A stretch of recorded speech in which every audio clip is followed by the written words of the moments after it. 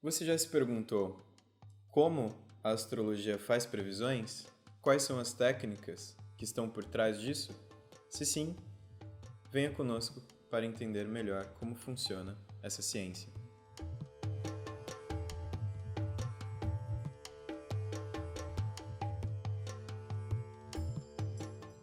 Um dos aspectos que difere a astrologia védica da astrologia ocidental é o grande foco que é dado nas previsões que um astrólogo pode fazer.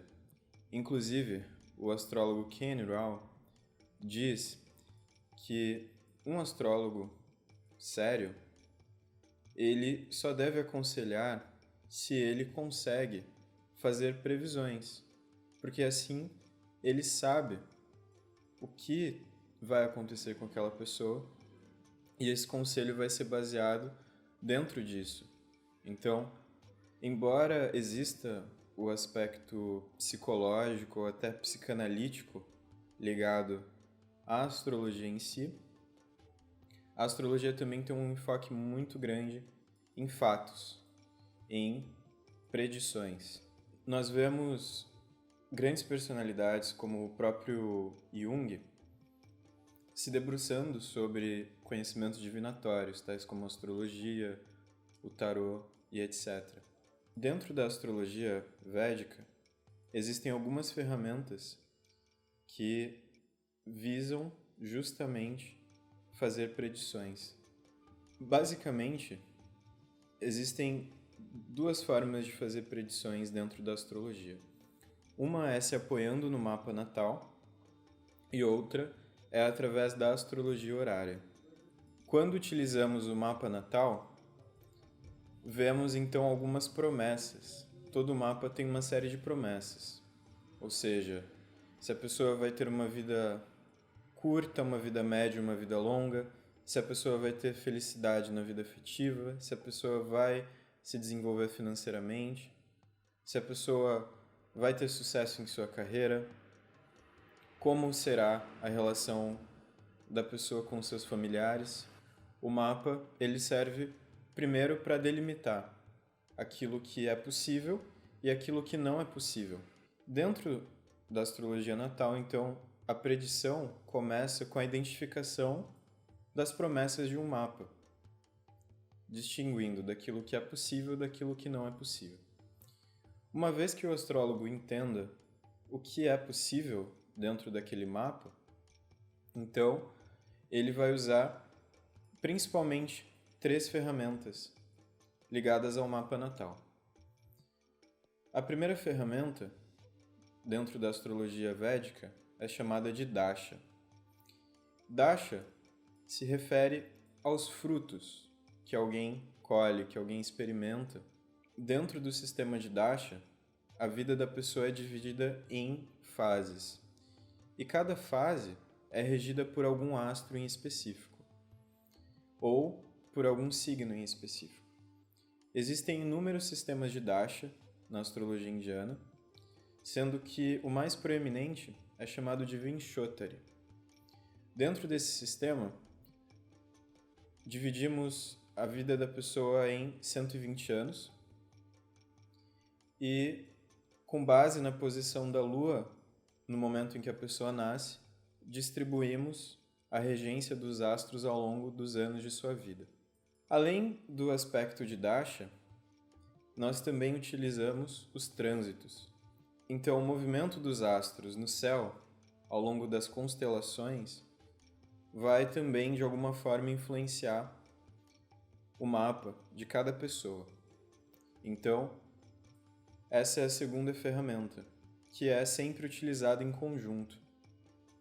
Então, por exemplo, no caso de uma pessoa que deseja ter filhos, a gente vai analisar qual é a Dasha que pode trazer à tona o tema filhos.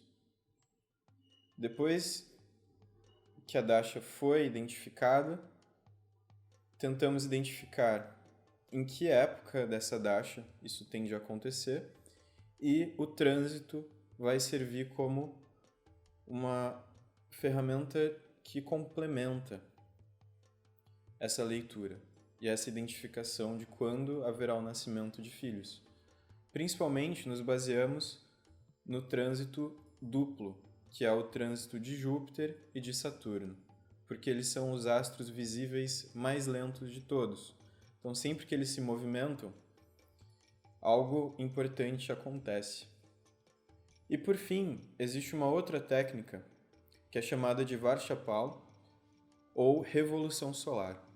Essa técnica foi enfatizada muito pelos perso-árabes e eles afinaram muito essa técnica, principalmente com base no fator de que é uma técnica que completa o ciclo de um ano. É justamente o céu no momento em que o Sol passa pelo mesmo grau em que ele estava no momento em que a pessoa nasceu.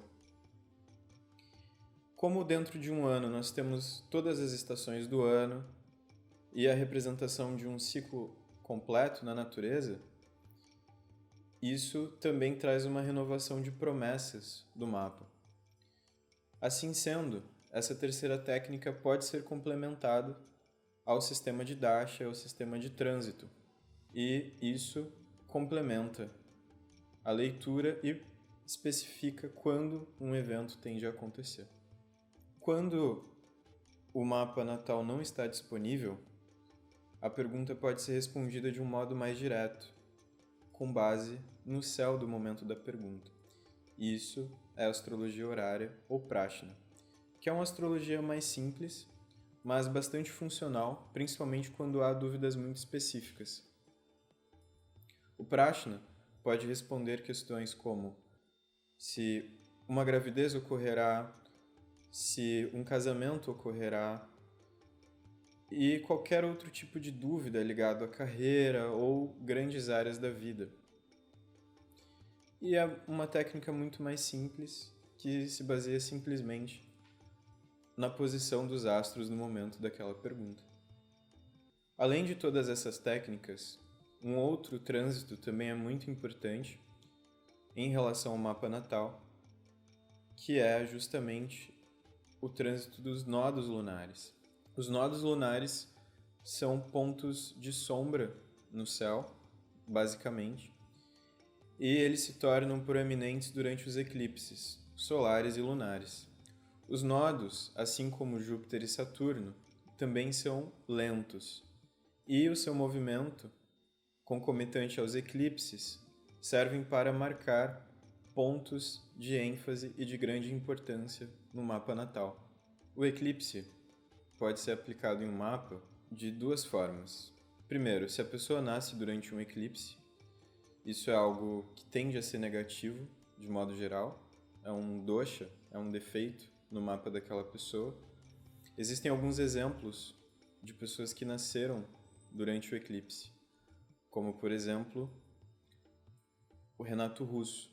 Renato Russo é uma pessoa que nasceu durante um eclipse, teve uma vida curta e marcada por polêmicas, vícios e alguns problemas de modo geral, rebeldia, incapacidade de se adequar socialmente. E quando ocorre o eclipse em alguma casa específica do mapa, principalmente quando aquele eclipse se dá perto de alguma configuração do mapa natal, aquela configuração se ativa e o evento vem à tona ou se torna mais enfático dentro daquele período, em geral de 6 meses a 1 ano.